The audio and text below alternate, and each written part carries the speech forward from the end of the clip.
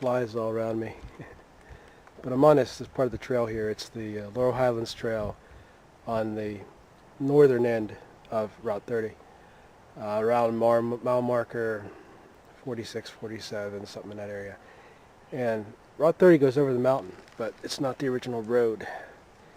The original road, I should be able to show you here. I don't know at this spot. I know at another spot you can actually see in the rock, excuse me, the markings where the wagons went over, and that was the original road.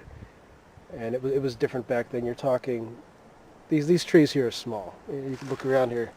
These are small little trees. They're not big by any standards. I think the biggest one I've seen is this oak. It's been cut down.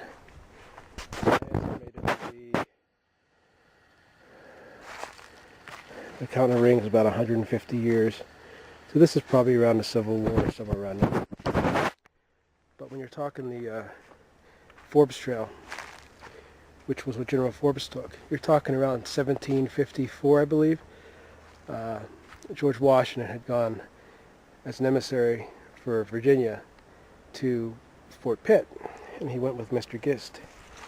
And what he did was he was basically humiliated. They got him drunk, and they said he's supposed to tell them, you know, this is British territory, you need to get out, and you're the French. And the French said, oh, that's very nice of you to say that, have some wine, but leave. So on the way back, he went through an area, and he met this Indian guide near a place called Murdering Town. Now that's a place you probably wouldn't want to visit just by the name. But what happened to him was the guy tried killing him. And Gist pointed his gun right at him, was ready to kill him, and Washington said, hey, you know, stop, let him live. I don't want to kill anybody, I don't want to cause any bad feelings, because it was just the two of them because they've gone ahead. And afterwards, Washington was thinking, you know, maybe that wasn't a good idea. And so him and Gist, they camped for the night on an island on the Ohio River, and they, well, actually on the Allegheny River, and they couldn't get across. They tried building a raft, it didn't work. But where they lucked out was it actually froze during the night. So you're talking, he goes back, he's kind of humiliated. About the 1750s, 1754, they start building these forts. And because Braddock had tried this before, Washington tried helping Braddock out. It was like their third attempt to come through here. And Washington wanted to come up the other way, not over the mountains. But Forbes said, hey, you know, because Braddock had gotten killed, died. Forbes said, hey, we're going to go over the mountains. We're going to build a fort every 20, 30 miles or so. That way, if we run into any problems, we can just back up right to that fort. We don't have to go all the way back to Virginia. So that's what they did, and this is the way they traveled across. And it was Washington with a couple hundred troops, the Scottish Highlanders, and then of course, the Pennsylvania. So there were four major commanders, but what it taught Washington was, you know, he was basically like a general, and he went back and he wasn't treated like one. He didn't get any of the pay, any of the rank that he had, and he realized, hey, if you're an American and you're fighting along the British, you're not a regular British soldier, they're not going to give you anything. So that's part of the reason why he turned on the British to help become the general of the American troops in the American Revolution, which all dates back to right here in this area. This mountain in particular was the hardest to cross. They had to actually put logs through the wheels of the wagons so they could slide them down. And that's what you'll see in the rock, is where the wagons actually skidded through. It actually cut into the rock. Pretty fascinating. Whew, I'm out of breath a little bit, but here I am. It said between mile marker, I don't know, 46 or 47, something like that, and it was wrong. Because I passed it, went another 2 miles, and I'm thinking, it's got to be marked, the old Forbes Road. Well, it is marked. Because it's right there.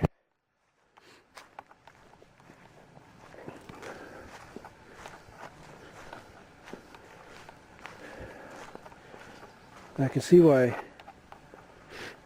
Washington, when they came through, they chose this road. It's a better grade than the original one we have on 30. More gradual.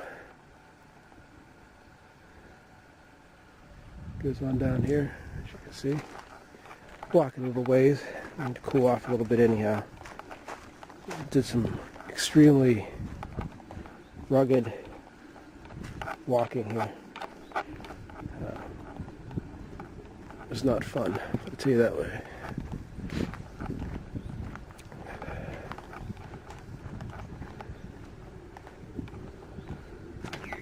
You can see some deer tracks. It's a small one. A little fawn from this year probably. Fairly fresh.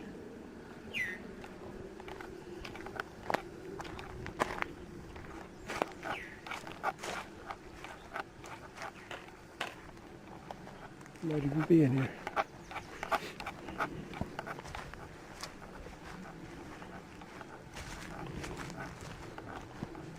This is your original national highway.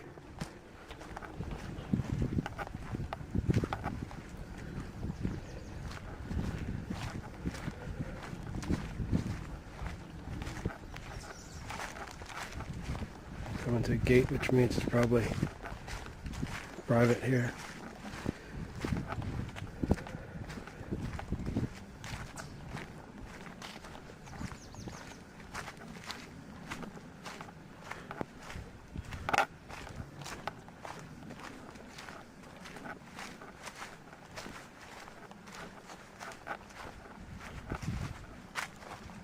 Private property.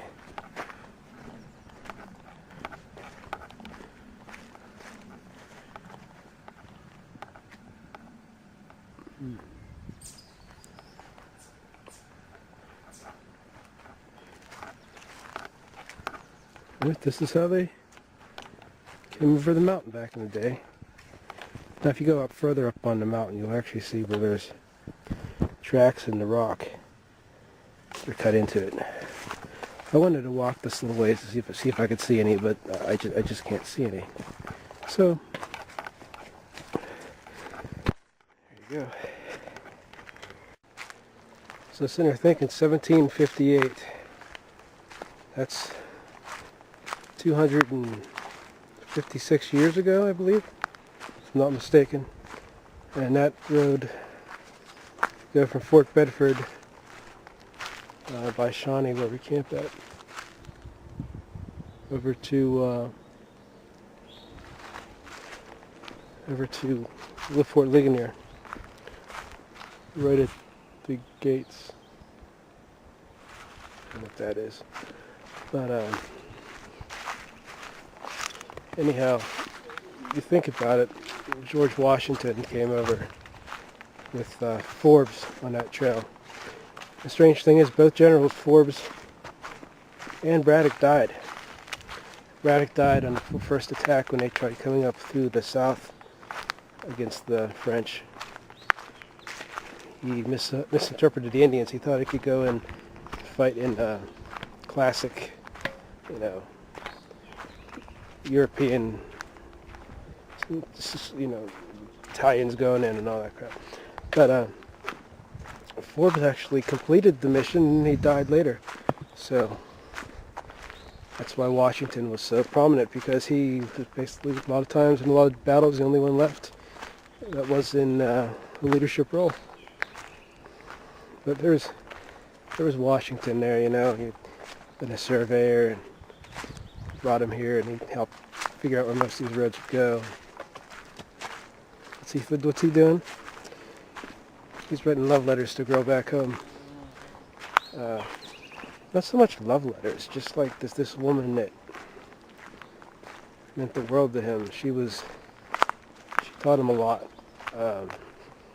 She helped promote him in circles of power, and he wrote a very kind letter. Do you love me? Do you, or am I, just, let's not play around with these words. Let's just say, do you love me? And history doesn't record what her response was, because when Washington died, Martha Washington burnt most of his papers. But a few do remain that he wrote to her, because we don't know her response. I guess sometimes friends can love each other more than lovers can, I guess. I don't know how you put it, but she was like his Yoda, you know?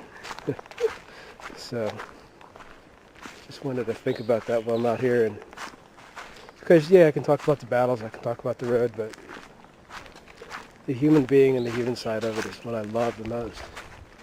Who were these people? They were just like you and I, out walking. They didn't live any longer than we did, so it's not like they were brilliant, more intelligent than us. They, you know, the human side. That's what really brings it all into perspective, being out in a place like this.